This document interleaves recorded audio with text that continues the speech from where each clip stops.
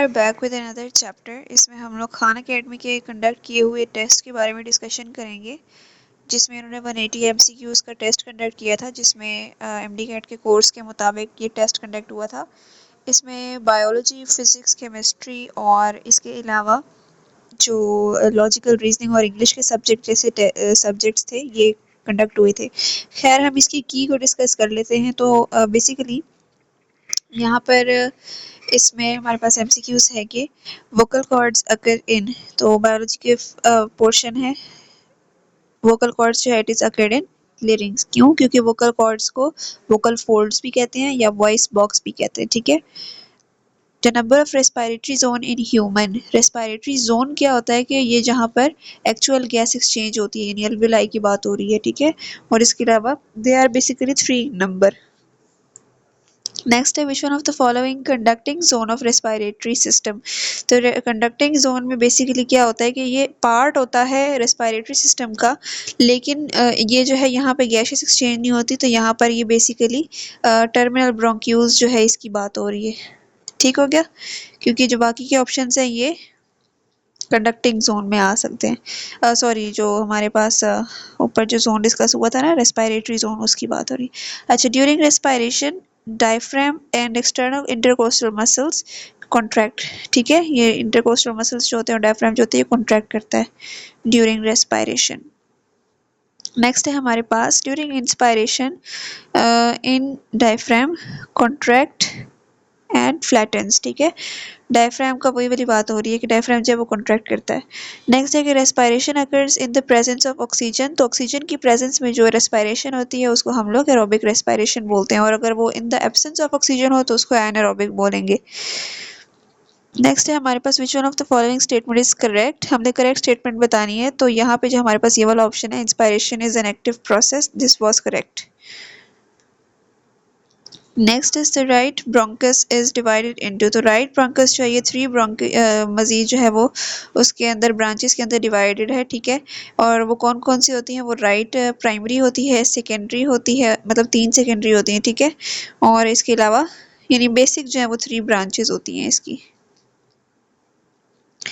Next है कि the terminal part of which site of exchange. जो हमारे पास यहाँ पे गैसेस एक्सचेंज का जो बेसिक पार्ट होता है, हमें पता है कि एल्वियोलाई के अंदर जो है ये होता है। ठीक है, लेकिन उनको एयर सैक्स भी कहा जाता है, तो इसीलिए हम यहाँ पे करेक्ट ऑप्शन जो है वो डी को करेंगे, क्योंकि यहाँ पे बी एंड सी दोनों ऑप्शन की बात हो रही है। नेक्स्ट है हमारे पास the exchange of gases between blood in the capillary and tissues of body is. इसको हम लोग इंटरनल रेस्पिरेशन बोलते हैं। एक्सटर्नल रेस्पिरेशन जो है वो लंग्स में आ जाती है, इसके अलावा जो इंटरनल है बेसिकली ये ब्लड में आ जाती है। ठीक है, नेक्स्ट है the respiratory rhythmic centre is present in.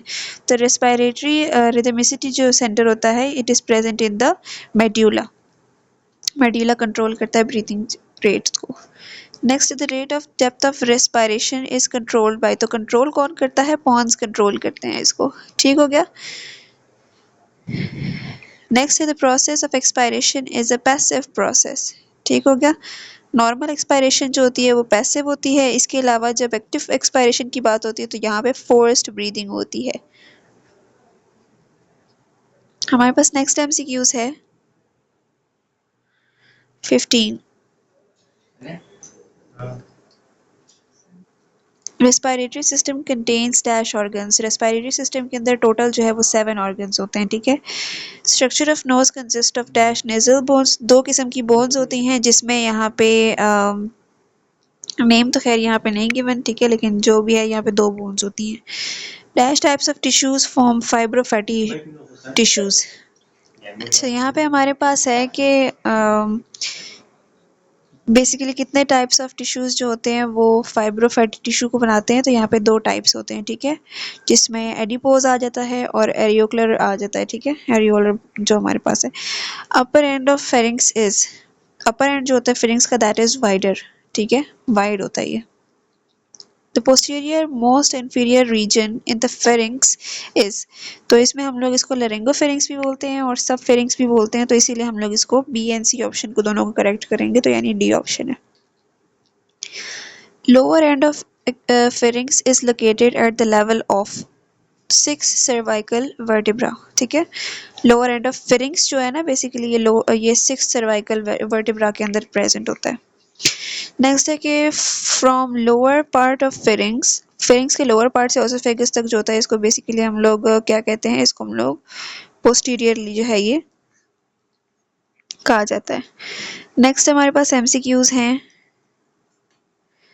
यहाँ से। It continues as trachea, trachea से कंटिन्यू आगे क्या करता है, लेरिंग्स जो है इट कंटिन्यूज, ठीक है। अच्छा नेक्स्ट है हमारे पास कि the right bronchus has large diameter short length, ठीक हो गया। नेक्स्ट है कि wall of the trachea is stiffened by, तो it is stiffened by 16 to 20 horseshoe shape incomplete cartilage rings, ठीक हो गया। इसके अंदर 16 to 20 रिंग्स होती हैं। Alveoli in lungs represent in total surface area of 70 to 90 meters square. Bronchioles consist of dash epithelium, तो यहाँ पे cuboidal epithelium होगा। Bronchioles जो है इसके अंदर cuboidal epitheliums होते हैं। Right lung is shorter and wider while the left lung is longer, ठीक हो गया। नेक्स्ट है हमारे पास in thorax the two lungs have their apex, अब इसमें क्या होता है कि extend above the first rib, क्योंकि apex जो है ये एक तो नैरो भी होता है लॉन्ग, और इसके अलावा अपर टिप जो होती है इसकी वो नैरोअर होती है basically. Depending upon the external temperature the blood capillaries beneath the muscles membrane warm the air up to 30 degree, ठीक हो गया। Dash is the respiratory and digestive organ, तो फिरिंग्स जो होता है that is called the respiratory and digestive organ. Next है हम dash is both respiratory and phonatory, तो फोनेटरी और रेस्पिरेटरी जो है इसको लिरिंग्स कहा जाता है। फोनेटरी का वर्ड जो है बेसिकली ये यूज किया जाता है वोकल कॉर्ड्स के लिए, ठीक हो गया। अच्छा जी नेक्स्ट है कि relaxation of intercostal muscles and diaphragm cause the size of thoracic cavity, तो थोरैसिक कैविटी का साइज जो है वो रिलैक्सेशन ऑफ इंटरकोस्टल मसल्स की वजह से कैसा हो जाता है, रिड्यूस हो जाता है। हमारे पास नेक्स्ट एमसीक्यूज है the technique of breaking stones inside the kidney is known as lithotripsy, ठीक है, ये तो सबको पता है, ये तो टेक्निक है। अच्छा नेक्स्ट है कि each kidney is enclosed bye thin membranosus covering called, तो उसके अंदर जो मेम्ब्रेनियस कवरिंग होती है उसको हम लोग पेरिटोनियम कहते हैं, ठीक हो गया। The process by which some poisonous substances are secreted from peritubular capillaries into the nephric filtrate is termed as, तो यहाँ पे ट्यूब्यूलर बात हो रही है तो यहाँ पे ट्यूब्यूलर सिक्रीशन की बात होगी, ठीक हो गया। Next is as hormones regulate and the transfer of sodium from the nephron to blood is known as the aldosterone, ठीक हो गया। Uric acid is the chief nitrogenous waste material in which excretory system of, अब uric acid जो है ये chief nitrogenous waste है, ठीक है, और ये किसके अंदर होता है, ये रेप्टाइल्स में भी होता है, इंसेक्ट्स में भी होता है और बर्ड्स में भी होता है, तो ये all of the above option is correct. हमारे पास नेक्स्ट एमसीक्यूज है कि in mammalian kidney the pyramids are seen in, तो पिरामिड्स कहाँ पे प्रेजेंट होते हैं, मेड्यूला के अंदर होते हैं ये बेसिकली, ठीक है, क्योंकि इनर पार्ट होता है तो इनर पार्ट के अंदर मेड्यूला में पिरामिड्स फाइंड होते हैं। अच्छा ये नेक्स्ट है कि from the distal convoluted tubule filtrate will be carried to the collecting duct. Next is, अच्छा नेक्स्ट है हमारे पास के ultra filtration occurs in, ultra filtration कहाँ पे होती है, बोमेल्स कैप्सूल के अंदर होती है। अच्छा नेक्स्ट है कि अच्छा इसकी एक्सप्लेनेशन साथ नीचे लिखी हुई है, तो अगर आप लोगों में से किसी को कोई क्यूरी हो आप लोग वीडियो पॉज करके इसकी एक्सप्लेनेशन रीड कर सकते हैं। नेक्स्ट इज कि the number of nephrons in one kidney, तो कितने होते हैं, about 1 million nephrons are present. ADH increases absorption of the water from the collecting duct. Two countercurrent systems are formed in the kidney by the Henle loop of Henle जो होता है, ठीक है, और इसके अलावा वेसा रेक्टा जो है, यहाँ पे दो किस्म के मैकेनिज्म होते हैं, ब्लड का भी और इसके अलावा जो यूरिन फॉर्मेशन जो होती है उसके अंदर भी। नेक्स्ट है कि which one of the following structure encloses glomerulus, तो बोमेंस कैप्सूल जो होता है that encloses the glomerulus. Which one of the following is not situated in cortical region of kidney? cortical region में कौन सा नहीं होता? तो cortical kidney में loop of Henle present नहीं होता। Which one of the following runs the parallel to loop of Henle? तो vesa recta जो होता है it runs parallel, ठीक है।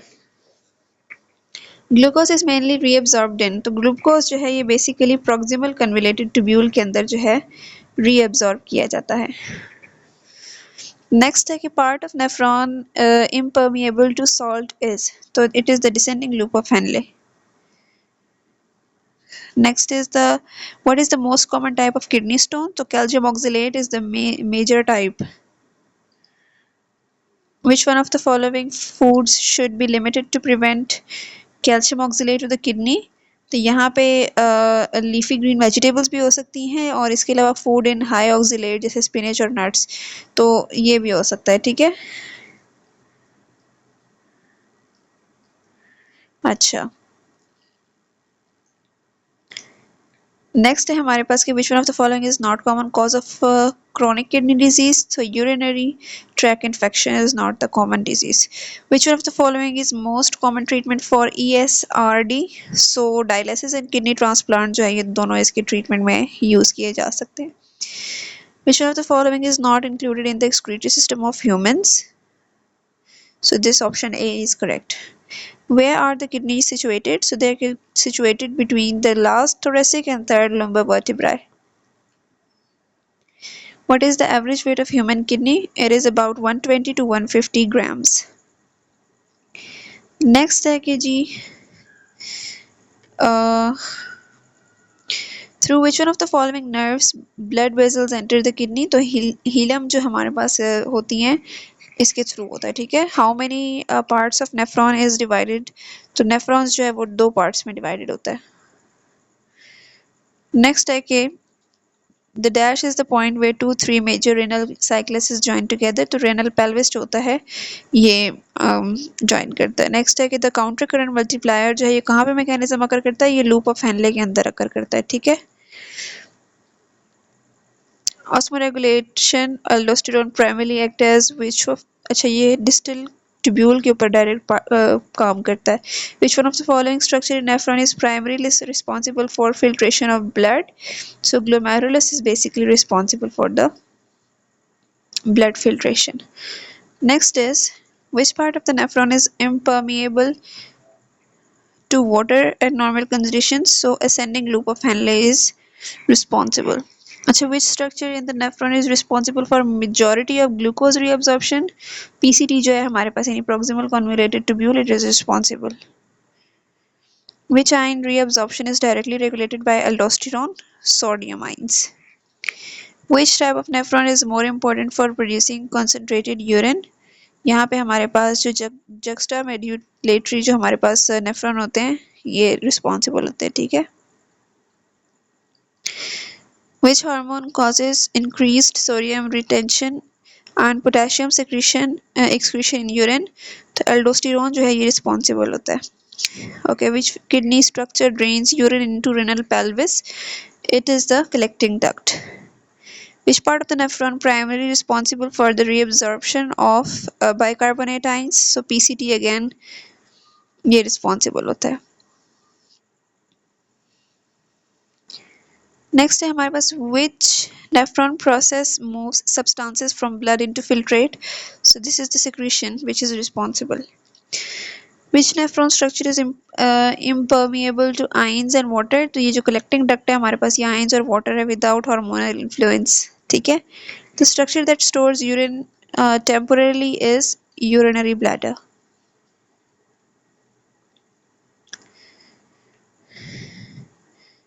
नेक्स्ट है हमारे पास shape of kidney. Shape of kidney जो है ये बीन शेप होती है, ठीक है। Bowman's capsule is also called glomerular capsule. The glomerular capsule encloses a network of capillary called glomerulus. ठीक हो गया, ये तो बहुत ही आसान से MCQs इन्होंने दिए हैं। अगर आप लोगों को किडनी का स्ट्रक्चर डायग्राम भी याद हो जाए तो काफ़ी है, MCQs आ जाते हैं फिर। Outer surface of kidney is made up of convex shape, ठीक है, इसकी शेप जो होती है ये कन्वेक्स होती है आउटर की। The process involved in the formation of urine induces tablet secretion, filtration और इसके अलावा सेलेक्टिव रीअब्जॉर्प्शन। तो इसकी किडनी का सारा ही फंक्शन होता है, ठीक है, यूरिन फॉर्मेशन में तीनों स्टेप्स इन्वॉल्व होते हैं। नेक्स्ट है the filtration takes place in the glomerulus, ठीक है, जो कैप्सूल होता है ना इसके अंदर ये अकर होती है।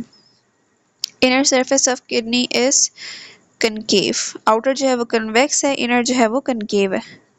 The normal glomerular filtration rate is about 125 milliliter per minute. Next is the aldosterone secreted by adrenal gland helps in the reabsorption में भी हेल्प करता है और सिक्रीशन में भी हेल्प करता है, और चांसेस ऑफ यूरिक एसिड जो है ये 5 to 10% होता है, ठीक है। अच्छा, अब हमारे पास केमिस्ट्री के एमसीक्यू स्टार्ट हो गए हैं, इसके ऊपर इंशाल्लाह मैं नेक्स्ट वीडियो अपलोड करूँगी। फिर इसके बाद फिज़िक्स का भी हमारे पास होगा, यानी फ़िज़िक्स भी इन्वॉल्व है इसमें, और इसके अलावा इसमें हमारे पास लॉजिकल रीजनिंग और इंग्लिश भी है। तो मैं कोशिश करूँगी मैं इसको 2 लेक्चर्स में कंप्लीट करूँ, वाइंड अप करूँ। तो thank you so much for watching, फ़िलहाल इतना ही है। अल्लाह हाफिज़।